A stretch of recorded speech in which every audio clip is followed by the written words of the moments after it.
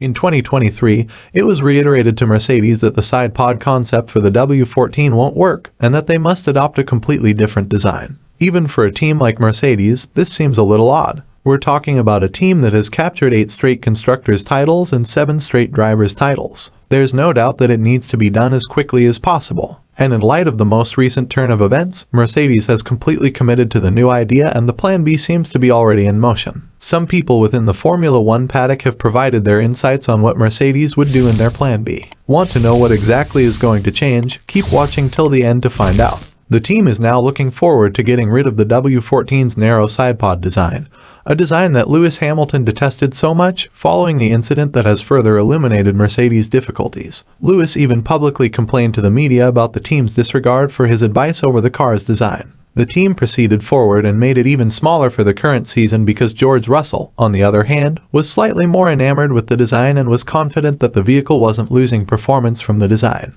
However, after the Bahrain Grand Prix, Russell has also acknowledged that the car's current design is very dubious and that significant adjustments must be made if they are to compete for victories and podiums. Toto Wolff, the team principal of Mercedes, officially declared after the season's opening race at Bahrain that the car wouldn't be competitive, assuaging fans' greatest worry that the 2022 season would be repeated in 2023. Around this point, Sky Sports F1 began to report that the team was working on a backup car in case their original concept turned out to be particularly problematic. Although the fans would have wanted for this to actually materialize, we all know that it is an unattainable task given the current budget cap. Mike Elliott and Toto Wolff denied that the team was building a Plan B vehicle. With that news, Mercedes fans felt both puzzled and anxious. One can't help but wonder what Mercedes will do next at this juncture in the season. Unfortunately, it appears that Wolff and Elliott's denial was exposed as soon as the first race ended, when he publicly declared that the team would make significant upgrades to the W14. Toto did say that side pod designs from other teams' inventions, such as the RB19 and the SF23,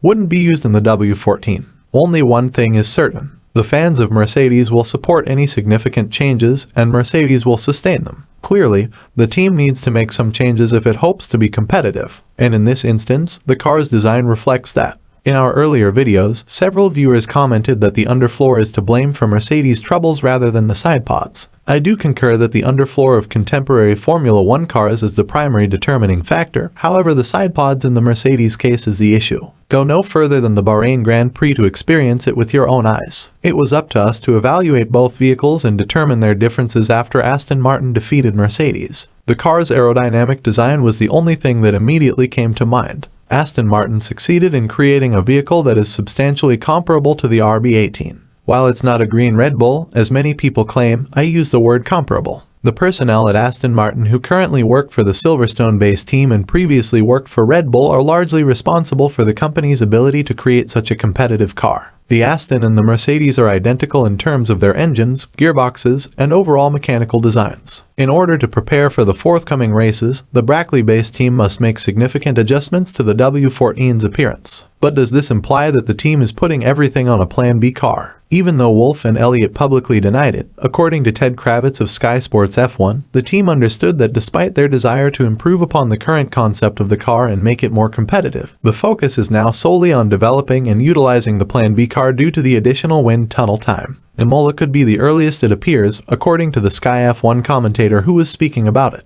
Are we seeing a team in existential reevaluating in their own belief in their abilities? An abandonment of everything they've worked so hard on for the past 7 or 8 months. Toto is demanding a new concept from his designers and engineers. What will the response be? At this stage of the team's development of the car, doing this seems logical. Additionally, Ted Kravitz believes that Hamilton is mentally giving up the entire season, despite the fact that by being the team's ray of hope and the captain in trying times like this, everyone believed that had already finished in 2022, and a Mercedes that was considerably more competitive was expected to debut in 2023. Kravitz doesn't think one of the greatest drivers in sports history will stay with the team for heaven's sake, not with everything on the line and Hamilton more than willing to win the record-breaking 8th championship. In the interview, Kravitz continued to talk about Mercedes going all in for Plan B as he explained. Toto will task and inspire his team to build a new car. A Plan B wasn't in the pipeline, but Wolff has now tasked his team with a Plan B, Toto said rather dismissively. I won't get too excited about a 0.3 of a second upgrade coming in Imola. He's the boss, he's going to get a Plan B. The amount of time Mercedes must spend in the wind tunnels is something Mercedes can depend on.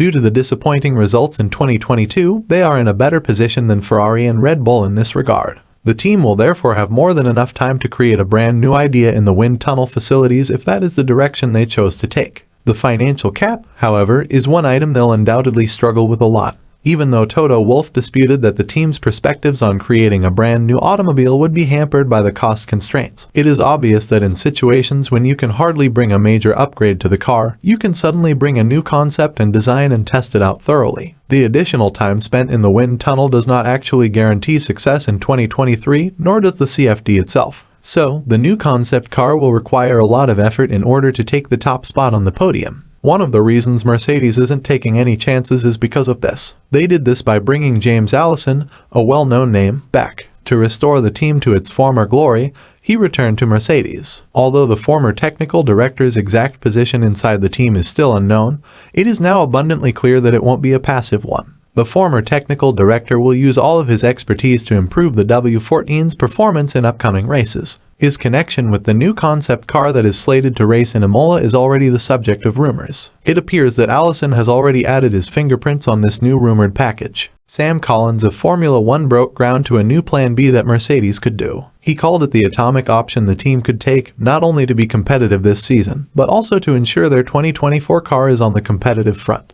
During the Saudi Arabian Grand Prix weekend warm-up program, he said, "The atomic option, or the blitz option for Mercedes is quite simply bring a new car to Silverstone. It does, with the cost cap. It will also take time, but they will already have a model of a car in the wind tunnel for 2024. The regulations should be pretty stable going into 2024. It's possible. It's a long shot. It may well not happen. But Mercedes could bring a drastically different B specification car to Silverstone. That could be their only get-out-of-jail-free card here. Because, it seems to me, after speaking to people in the team that they can't take this concept much further and be competitive with Red Bull or even Ferrari at the moment. And they need to. So, something drastic is gonna have to happen. Mercedes supporters shouldn't be disheartened or discouraged until that time, though, as the team anticipates being a little more competitive in the upcoming races than they were in Bahrain due to the characteristics of the tracks in Jeddah and Melbourne. These are the tracks where tire wear is not as severe as it is in Bahrain, so anything may happen in a city circuit.